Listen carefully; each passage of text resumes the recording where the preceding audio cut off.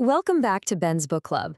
Today, we are diving into a really special one, Poor Charlie's Almanack.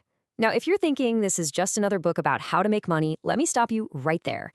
This is so much more. It's really a manual for how to make better decisions, written by the one and only Charlie Munger, Warren Buffett's longtime partner at Berkshire Hathaway. Think of it less like an investing guide and more like a masterclass in how to think clearly. And this quote, it gets right to the heart of everything Munger believed. He saw that most people, even the absolute experts in their fields, have this huge blind spot. They try to solve every single problem with the one tool they know best. Munger's whole argument was that to really, truly understand the world and make good calls, you need a full toolkit, not just one hammer. So who was this guy, Charlie Munger? Well, on paper, he was the vice chairman of Berkshire Hathaway.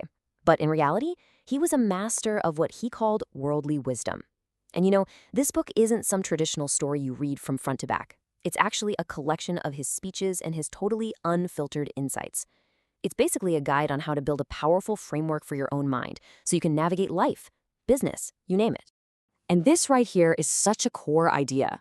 Munger was convinced that the big wins in life and in investing don't come from these rare flashes of genius. Nope, they come from just ruthlessly avoiding common, predictable mistakes.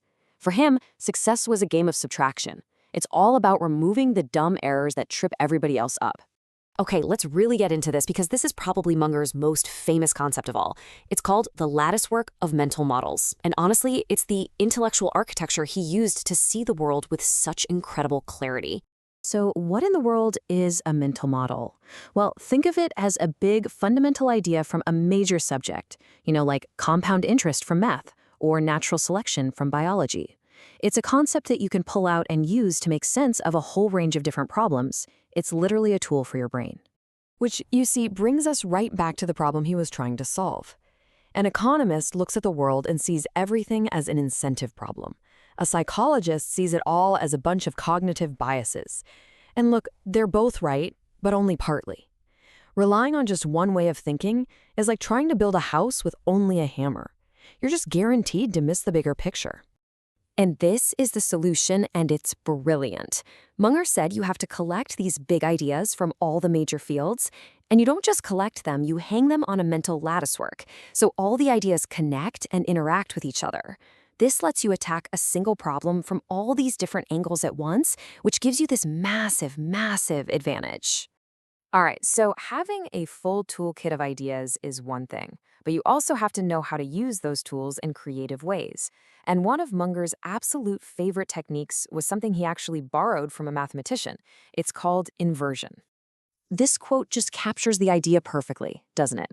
It's all about thinking backwards. So instead of focusing only on what leads to success, you first figure out all the things that would guarantee failure. And then you just make it your mission to avoid those things at all costs. What's so interesting here is how this just reframes everything.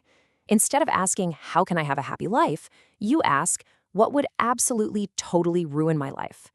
And right away, things like crippling debt, being envious of everyone, and addictions pop into your head.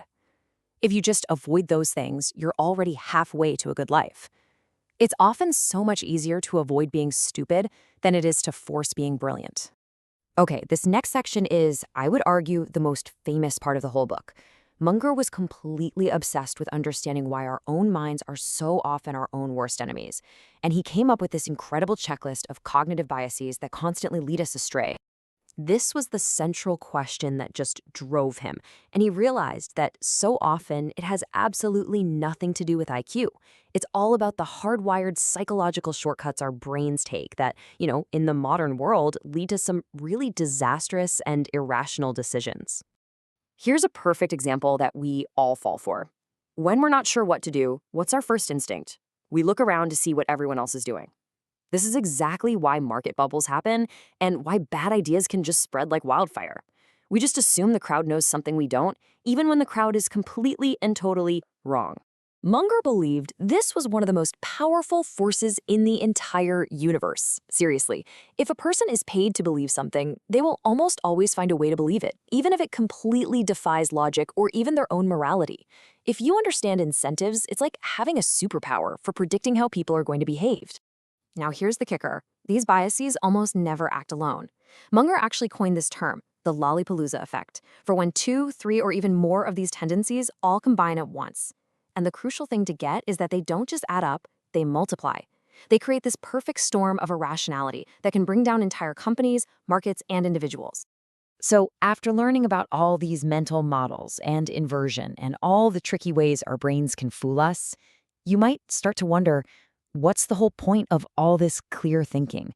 What's the end game? And that's a really common question. Is this just for finance nerds? And the answer is a huge, resounding no. I mean, sure, these ideas absolutely made Munger a brilliant investor, but he saw them as tools for living a better, more effective, and a more ethical life for anyone. For Charlie Munger, the whole point of wealth wasn't fancy cars or big houses. It was independence. It was the freedom to say no, the freedom to only work with people you actually respect. He believed in these simple, really powerful virtues. Be reliable, don't be envious, and understand that the surest way to get what you want in life is to actually earn it.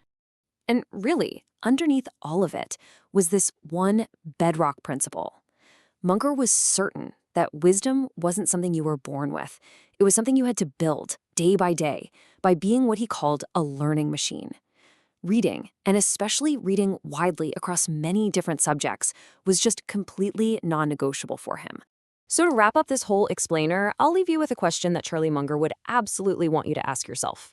Of all those psychological tendencies we talked about, social proof, envy, over-optimism, which one is it that most often gets in your way? Because just identifying it, that's the first huge step to overcoming it. That's our look into the worldly wisdom of Charlie Munger, a true masterclass in thinking.